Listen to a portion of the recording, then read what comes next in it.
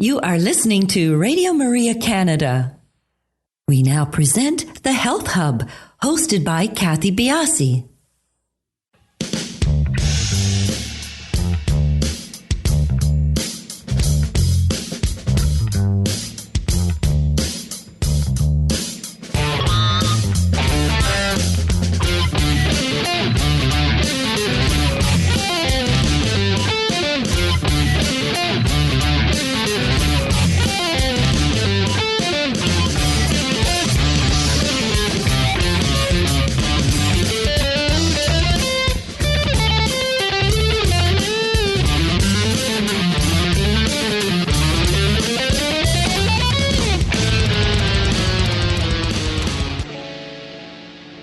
Welcome to the Health Hub on Radio Maria Canada, exploring cutting-edge health and wellness information and therapies, helping you to take your health to the next level.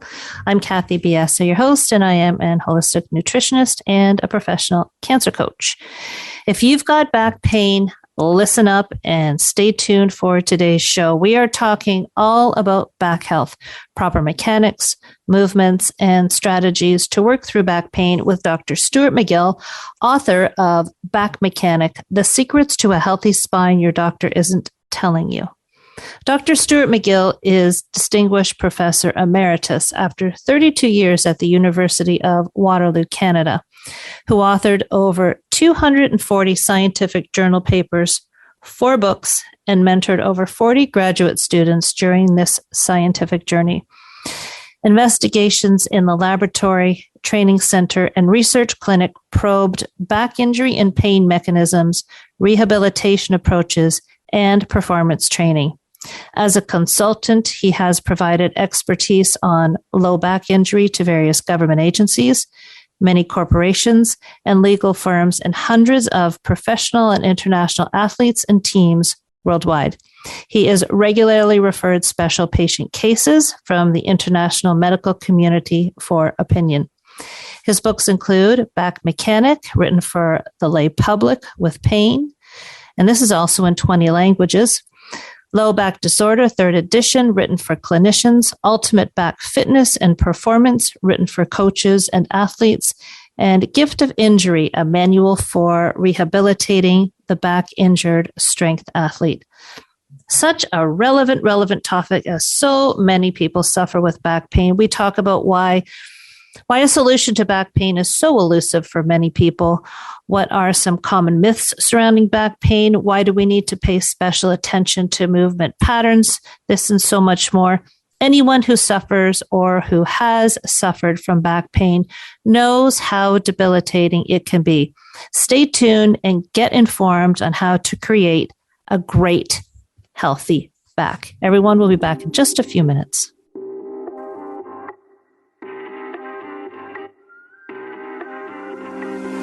Another heartbreak day. Feels like you're miles away. Don't even need no shade when your sun don't shine. Too many passing dreams roll by like limousines. It's hard to keep believing when they pass you by. I know your heart been broke again. I know your prayers ain't been answered yet. I know you're feeling like you got nothing left. Well, lift your head. It ain't over yet, ain't over yet. So move, keep walking. Soldier, keep moving on. Keep walking until the morning comes. Keep walking. Soldier, keep moving on and lift your head. It ain't over yet, ain't over yet. Echoing inside your head are the words that your sweet mama said. Shoot for the moon, my dear. So you took game out of this atmosphere between high stakes and pump fakes. You're feeling like you can't vibrate. I can hold your hand, but I can't turn your eyes to freedom. I know your heart been broke again. I know your prayers ain't been answered yet. I know you're feeling like you got nothing left. Well, lift your head. It ain't over yet.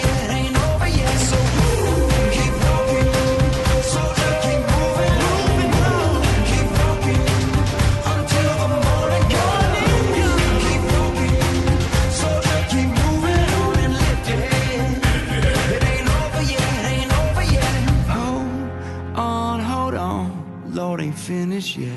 Hold on, he'll get you through this. Hold on, these are the promises I never will forget. I never will forget. So hold on, the Lord ain't finished yet. Hold on, he'll get you through this. Hold on, these are the promises I never will forget.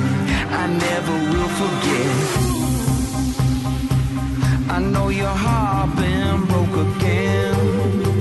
I know your prayers ain't been answered yet. But it ain't over yet. It ain't over yet. So get up and move. Keep walking. Soldier, keep moving. Keep walking until the morning. You got to move. Keep walking. Soldier, keep moving on and lift your head. It ain't over yet. It ain't over. Lift up your head now. Keep walking. Soldier, keep moving. Lift up your head now. Keep walking until the morning. Keep believing. Keep walking. Soldier, keep moving on and lift your head. It ain't over yet. It ain't over yet. You are listening to Radio Maria Canada. We now continue with the program, The Health Hub, hosted by Kathy Biasi. Welcome back, everybody. Today's show is being recorded, so unfortunately, no opportunity for calling in. Please do follow us on our social sites. We are on Instagram, Twitter, and Facebook, and we are at the Health Hub RMC on those locations. Dr. McGill, welcome to the show. Such a pleasure having you on our show. Well, thank you very much, Kathy, and likewise. I should say honor and a pleasure for sure. You're a well sought after person for your expertise in the field of back pain. So I do appreciate you taking the time. So I want to make sure I take advantage of our time together, and let's get started right in it. We know your bio. We know you've written this wonderful book, The Back Mechanic, that really walks through easily for the lay person how to address back pain according to what your research has found. But before we get into that, maybe what you should set us up with the very basics of the anatomy of the back so that when you're talking and inevitably referring to certain things, we have an idea of what you're talking about. All right. Well, let me just give a little bit of context to that answer. In our world, nonspecific back pain, it really doesn't exist. So people who've been given the diagnosis of nonspecific back pain remain clueless as to what to do. So when we perform an assessment, and the book guides the reader through an assessment, it helps the person converge on specific activities, motions, postures, loads, etc., that trigger their pain, and then we give them movement hacks to unload those pain triggers and allow the pain to wind down. So given that as a background, you notice I never mentioned anatomy. I didn't talk about discs or facet joints or anything really anatomical. If I said to a person, oh, you've got a wound up right facet joint, that wouldn't mean a hill of beans to them. But if they understood that if they stood tall and locked their knees back hard, that would stress their low back into a little bit of extension and cause the facet joint to ache a little bit. So does that help you in getting the utility of the approach? Anatomy and whatnot are for the docs and the therapists and the clinicians. That's good then we don't have to go down that road, which is even better. Do we need a specific diagnosis for back pain? Is that what you're saying? You don't need to know specifically where it's coming from, just how to change movement? Well, the clinician does, and certain readers who have that personality will want to know. They are lost when they have a non-specific diagnosis. And to give that some context, could you imagine going to the doc with a pain in your leg and the doc says you have non-specific leg pain, it doesn't occur, and people don't put up with it. They perform an assessment and discover whether it's from a burn or a torn knee ligament or a broken bone or a muscle strain or whatever it is. Now that guides the person on what avenue they're going to take. So yes, it is very specific, the pain, but as long as the person knows that if they sit slouched, that triggers their pain, and then when they sit with a rolled up t-shirt in their low back against the backrest, and that takes their pain away, they have a diagnosis now of flexion intolerant back pain. Or say they're reaching overhead and changing a light bulb, extending their back. That would be an extension triggered back pain. Sitting in the car with the knee straight, if they have pain from the sciatic nerve, for example, might trigger that kind of pain. But if they bent the knee or opened up the hips by adjusting the car seat, etc. Some people have pain. By the character of the pain, we can converge on some specificity. Let me give you an example. Say a person bends forward and ties their shoe or flushes the toilet, and they say, I had a real spike of pain. In fact, it felt like someone put a knife in my back. That is almost always a micro movement, because the joint has lost stiffness. If you tear a knee ligament, for example, the knee has a laxity to it. Well, when the spine joint has a specific type of injury, it has a laxity as well. And the character of that pain reveals this. They get a movement catch when they move a certain way or rotate and twist or sneeze or something that for a normal person seems very benign. However, we then would know that they should start doing stabilization exercises, not mobilization exercises, but stabilization exercises to take out those micro movements and make them resilient and not experience the micro movement pain triggers. But the next person might be overly stiff, and a mobility approach would work for them. So you see, what is poison for one individual is the cure for the other. But that's the beauty of this movement-based assessment approach. Outside of an accident or disease, is resolving back pain most often a matter of correcting movement patterns that we have learned throughout our lives? I wouldn't say learned throughout our lives, but first of all, the short answer is yes. If, as the book guides them through a series of tests, imagine sitting down on a stool. If the person sits down with their ears over their shoulders and their shoulders over their hips and their spine is tall, in other words, they've stacked their spine, and then they were to grab the seat pan of the stool and pull up, say 20 pounds per side.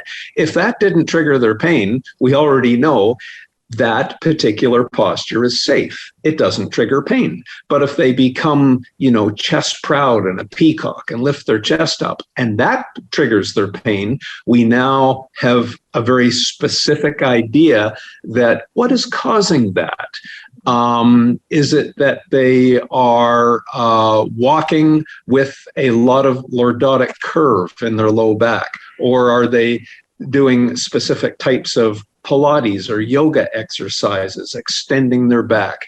And please don't misinterpret me to say that yoga or Pilates causes back pain. I'm just saying that for certain people, those exercises might be done at too high a dosage or too high a volume. So it might be an inappropriate exercise program. It might be an occupation. It might be clothing and footwear, believe it or not. It might be they sit at a computer for 8 hours, and there's not much you can do if you sit at a computer for 8 hours. The cumulative stress over that time will sensitize some back tissues in many people. particularly if they have stiff hips and other cofactors in their body. You brought in the hips here. And what stands out to me, because I've been trying to put into practice, going through your book, doing the exercises, what should seem almost intuitive is it was like an aha moment for me, was the fact that I felt that I was using my hips and my back incorrectly. One was doing the job of another, where my hips were supposed to be a lever and I was curving my back. And to me, when I realized it makes a whole bunch of sense that the hips are the lever, it was like this huge aha moment. Is that just an anomaly for me, or do we use our hips and our back in the absolute wrong way? That's a really insightful question. We've done numerous studies of groups of people with back pain and without.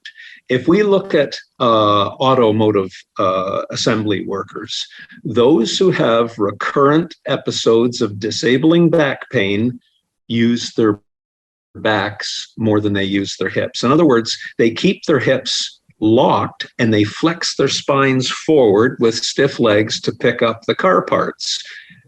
Those who never had lost time from work because of back pain used their hips much more than their backs. We see this in sport. We've measured police officers, firefighter groups from the military, and also different sports teams as well.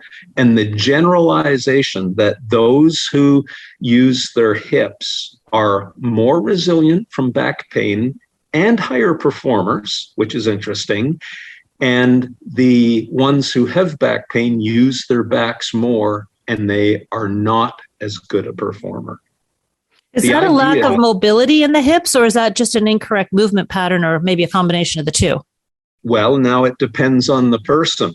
If the person is starting to get a little bit of hip arthritis, and there are many tests for that, then if they sat upright in a chair or in the car, they would feel a pinching at the front of their hip. So they open up the hip joint, and now they have to slouch. And could you imagine putting your socks on, as an example, with a stiff hip? You can't reach your foot, so you have to use your back and really push to get your sock on. Whereas if you had very mobile hips, it would be very easy to pull your foot up to the level where you could easily put your sock on. So for example, we see people in occupations who many times a day they step up onto a step. You can think of a person in and out of a vehicle as an example, or moving up a step repeatedly at work versus, let's see now. Someone who has a little bit of hip arthritis, which might be an overuse injury, that could stiffen it as well. But there are many scenarios that can lead to stiff hips. And you might find this interesting, Kathy, as well. If we look at the incidence of orthopedic hip disease, have you ever heard of hip dysplasia? There are people, dogs get hip dysplasia where the hip socket is a little bit shallow and the head of the femur, the top of your leg bone, slips out of the socket a little bit. Well, the highest rate of hip dysplasia among at least the Caucasian Europeans is in Poland. But isn't it interesting that they can squat the deepest? They have the greatest hip mobility. Now, if we went across Europe to the far Western Europe, the Celtic nations of Scotland and Ireland, you'll notice that they have the highest rate of hip FAI, femoral acetabular impingement, because genetically they tend to have deeper hip sockets. So when they sit, there's more stress in the hips. Whereas the typical Eastern European hip, it shouldn't surprise you that that's where a lot of the Olympic lifters come from, who have tremendous power in the deep squat. whereas the deeper hip socket has the power in the top half of the squat. So there's an example. If I said this, you might find it interesting.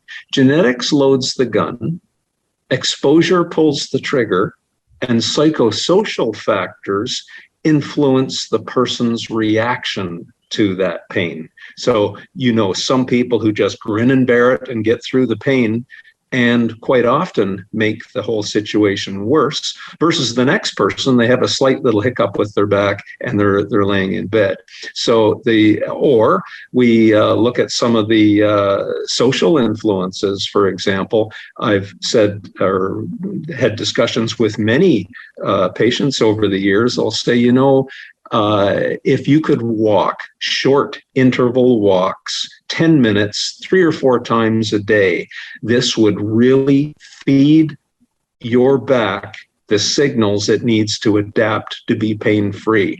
So go for a walk after dinner, and they look at me and they say, I can't go for a walk outside after dinner. I don't feel safe in my neighborhood. So do you see, there would be a social impediment. And if we don't deal with the psychosocial as well as all of these physical factors, then we will fail as well. So a large part of what we do is through an interview process, is go through their past history and why they have failed previous clinical attempts. Because if we don't address those impediments, then we will fail as well. Interesting. Well, let me ask you this then. This may seem like a very naive question. The hips hinge. What is the actual purpose or function of the back? Well,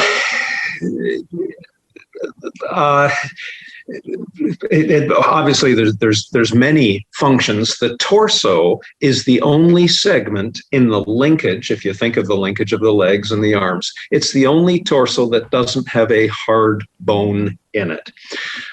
So it increases efficiency of movement. It allows us to dance. It allows us to have sex and procreate. It allows us to bend and tie our shoes and all of these things in a very efficient way. Not for heavy lifting, though, right? That's where I was just trying to go. So if you don't have a load on your back and you're just moving around, use the motion that's in the flexible spine. But now, say you're a stay-at-home, well, not a stay-at-home mom, just a mom, and you're going to pick your baby out of the crib. It's 2:00 in the morning. You're half sleepy. For some people, that is a tremendous spine trigger.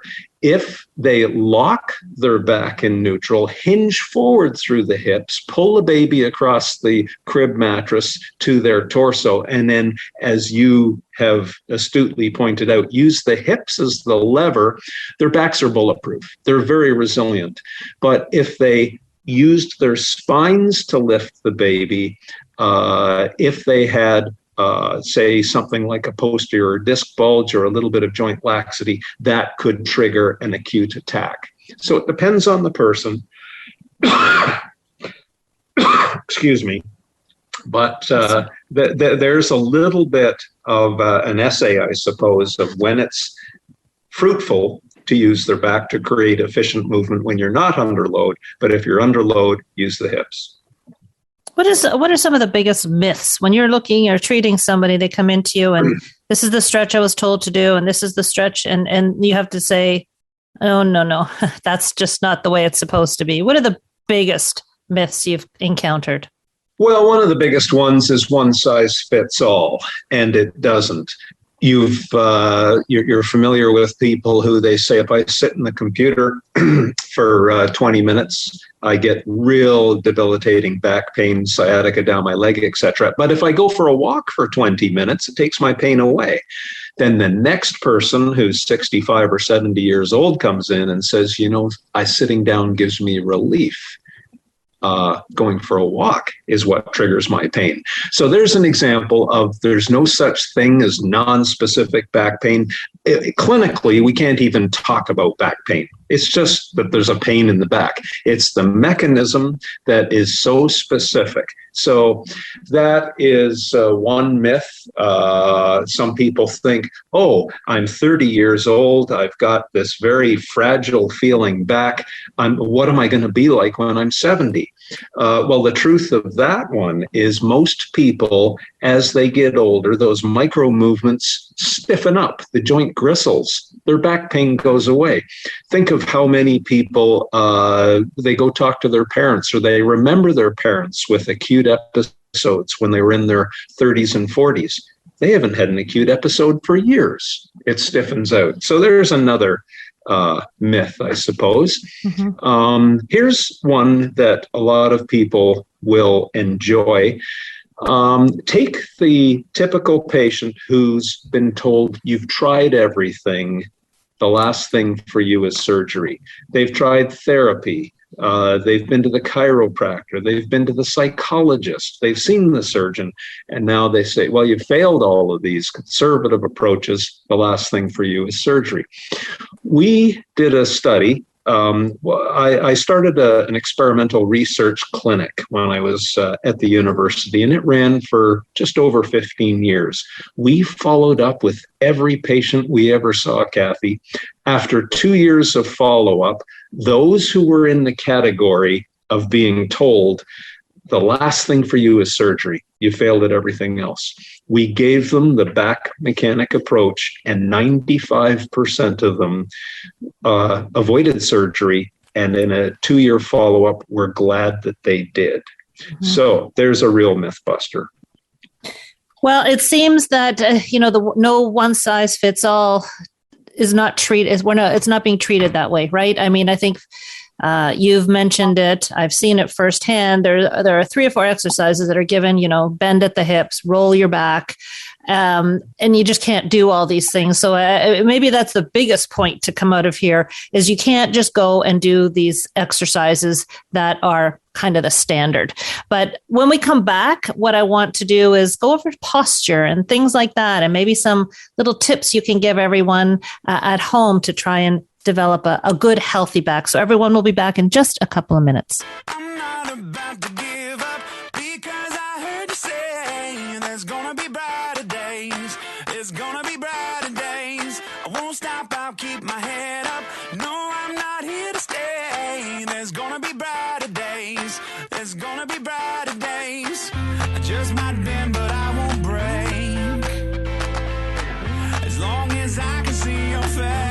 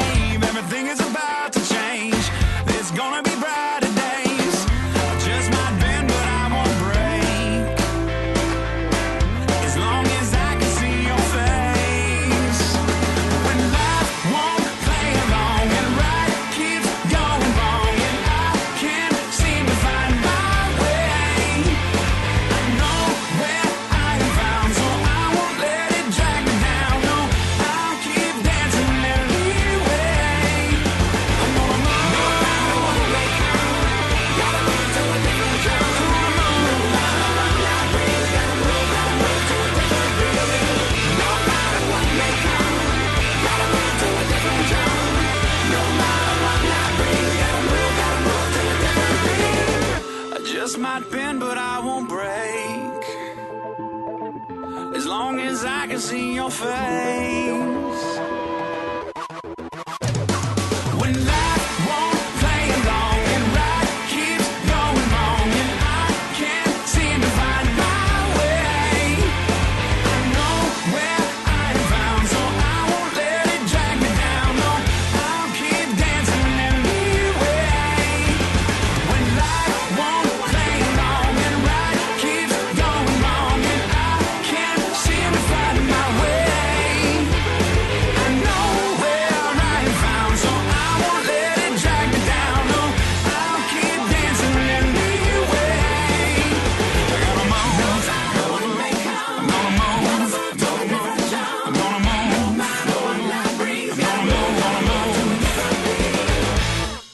You are listening to The Health Hub here on Radio Maria Canada, a Catholic voice wherever you are.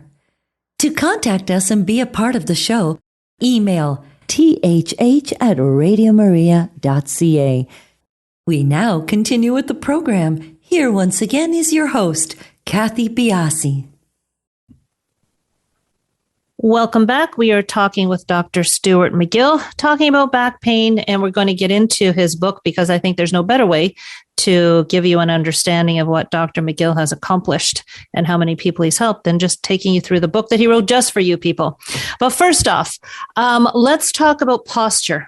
What is proper posture and why is that so important in avoiding back pain? Well, again, posture needs a context. Proper posture is the one that doesn't trigger pain. So you could imagine if you were standing and I asked you to slouch your shoulders forward, poke your chin forward, round your spine down a little bit and stand there for 20 minutes. You will have very fatigued low back muscles. And people will say, oh, really? And then not only is proper posture something that conserves the joints and muscle usage, but proper posture is a posture that continually changes. Let me give you an example of that. If you laid in bed in one position, after a period of time, you would experience discomfort.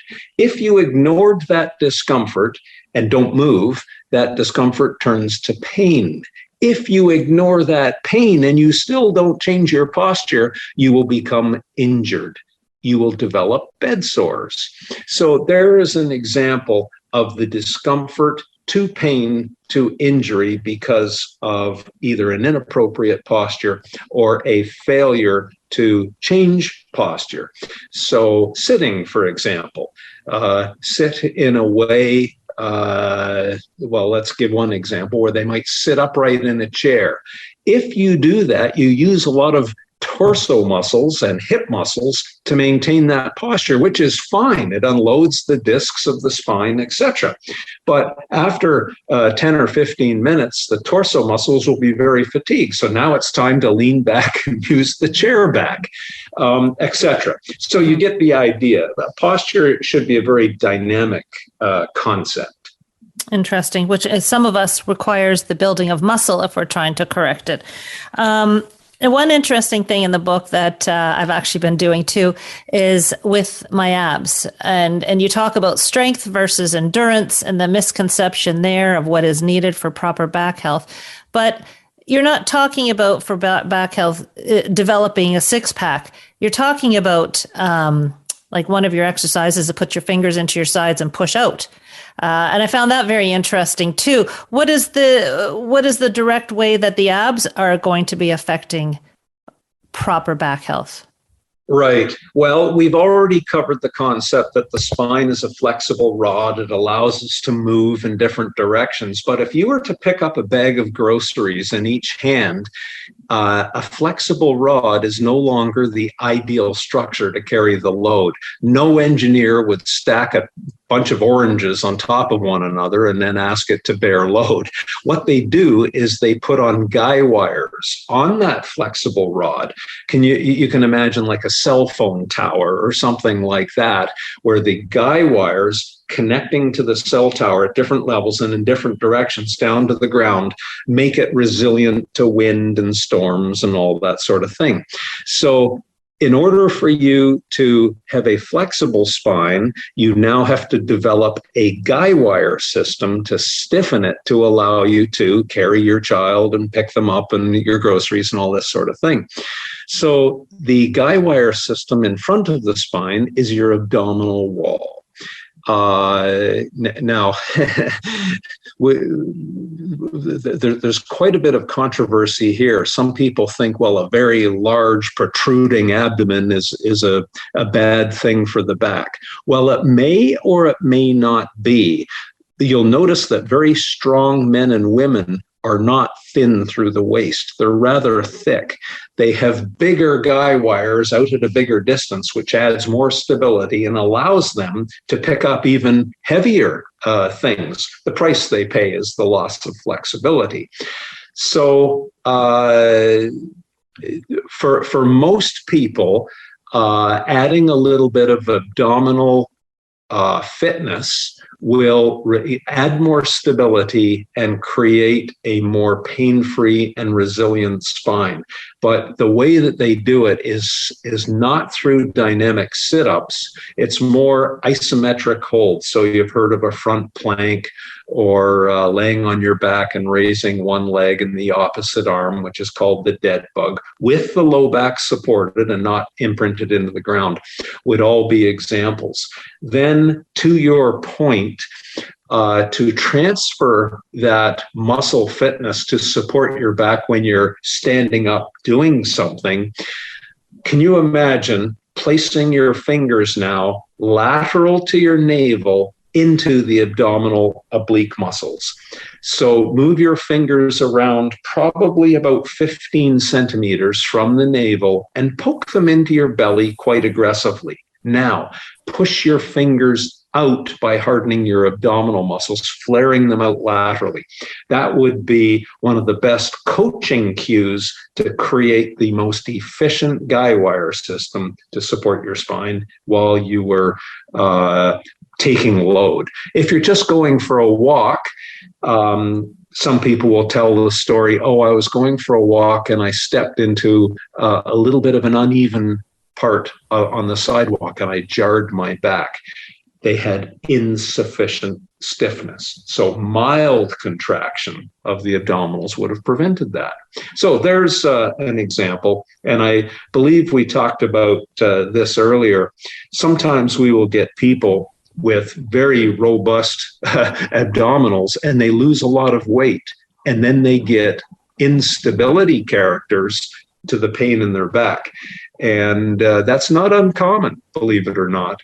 And they didn't keep up with developing the smaller guy wires now to support their back. So for them, losing weight introduced a new type of back pain.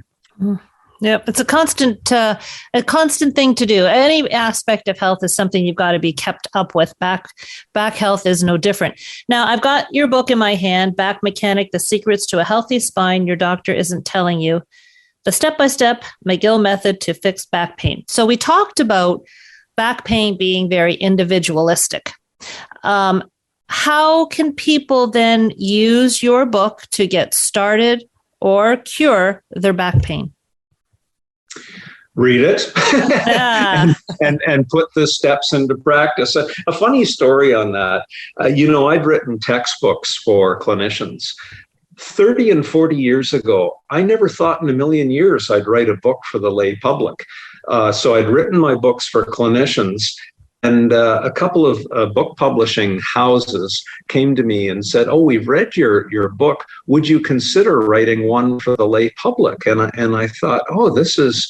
And then they said, we want a title, Cure Your Back Pain in 3 Easy Steps. And I said, well, you got the wrong guy. That's not possible. I'm not doing that. So we had to end up going with a very small publisher. And the book is actually 17 chapters, stepwise, as you know. The first 2 or 3 chapters, it dispels some myths and gives some of the foundational material. Then it guides the person through their self-assessment. Then it shows them the movement tools, the hip hinging and lunging and etc., using concepts of spine hygiene, and then strategic stability and mobility to create this resilient, robust, pain-free body. So that was what I needed to do to guide the lay public. Kathy, and again, we've talked about this as well.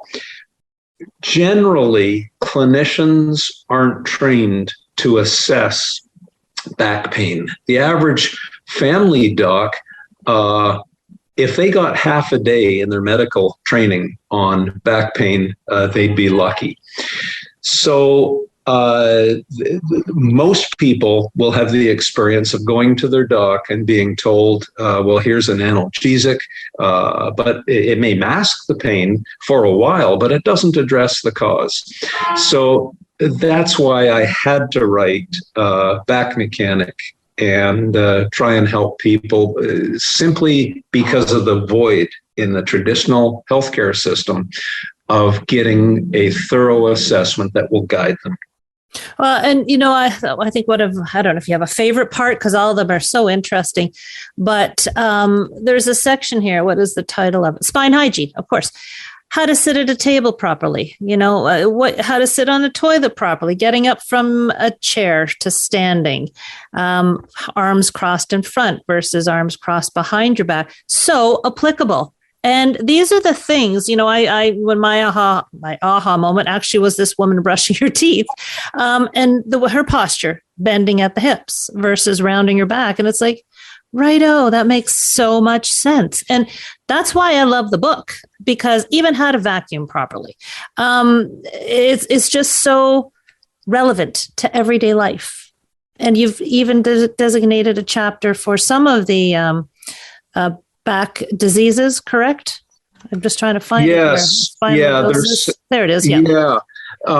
Some people will have specific conditions from their doc. Spondylolisthesis, for example, is a stress fracture common among dancers, gymnasts, figure skaters, or it might have been a person who fell down the stairs. They get a small fracture of the pars bone. And so if you get that diagnosis, what do you do? What do you do if you're a little bit older and the character of your pain is now changed to the point where you can't walk very far? And we give them movement strategies. Go for a walk and try what we call the park bench decompression. If you can go for a walk, just before the pain starts, go to the back of the bench, rotate your shoulders around and lean your heels of your hands on the back of the bench. And then, as you know, support weight on your hands. Stay in that position for 20 seconds or so. And many people, not all, but many will find they've just been able to restore their walking capacity pain-free for another 5 minutes. Well, if you do that 4 times, you've got now the healthful benefit of walking pain-free for 20 minutes, slowly winding down the pain and restoring the ability to walk. And walking is a big part. Well, it's a whole chat. Well, it's a few pages, but a chapter of your book on the importance of walking. And the rounded upper back, kyphosis. Kyphosis, is that the correct pronunciation? Yeah, that's characteristic of many older people now. And I'm in my mid-60s myself, and it's something that I've noticed. There's a general tendency to walk with my head protruded and my chin poked. And every day I do my anti-kyphosis exercises to stay taller and more resilient. If I could tell you the number of patients over the years, I've had Hollywood actors who are concerned about not only their pain and their loss of ability to do their job, but also how they look. And just to do the kyphotic exercise that you see in the book there to help them stand more upright with less stress. And the marker or metric for that is if you stand upright and reach around and feel your low back muscles. If they're rock hard, that means they're active and supporting a protruding head. But if they're able to stand up, lift the chest, and pull the ears back over the shoulders, and then feel their low back muscles again, they'll notice that they're soft and they're relaxed, and they'll say, oh, what an amazing feeling. The muscular backache has just left my back. And I said, well, I didn't do anything. You did it. All you did was stack your mass over your low back. So it is such common sense. And posture does make such a difference in appearance. And, it's just, you might have heard the thud there. I'm flipping through the book because I just find it so very interesting and so very doable. So very doable. And really a book of hope for a lot of people that may have been running out of hope. Where can we get your book? I already have one, but where can other people get your book? We have a website, backfitpro.com, and if they go on there, they'll see the books. And Back Mechanic is the one to guide the lay person. It's also on different vendors like Amazon around the world, etc. But backfitpro.com or Amazon. If people go to BackFit Pro, say they're struggling a little bit and they want to find a clinician trained in our approaches, there's one page on the website of the clinicians who have been certified, and the top level, we call them the master clinicians, are listed there as well. And some people appreciate being directed to these experts. Oh, absolutely. As you mentioned, some people last resort is surgery, and having this as an alternative and a hopeful, sidestepping of surgery is wonderful. That it's great. So I've gone through and read the whole book. I definitely have learned a ton, and incorporate daily back exercises. It's so very important. Thank you so much for joining us. I really, as I mentioned, I know you're so very busy and your oars are in so many different waters. So thank you so much for joining us. I really do appreciate it. And Kathy, thank you so much for all that you do as well. Oh, thank you so much, everybody. We'll talk to you next week on The Health Hub.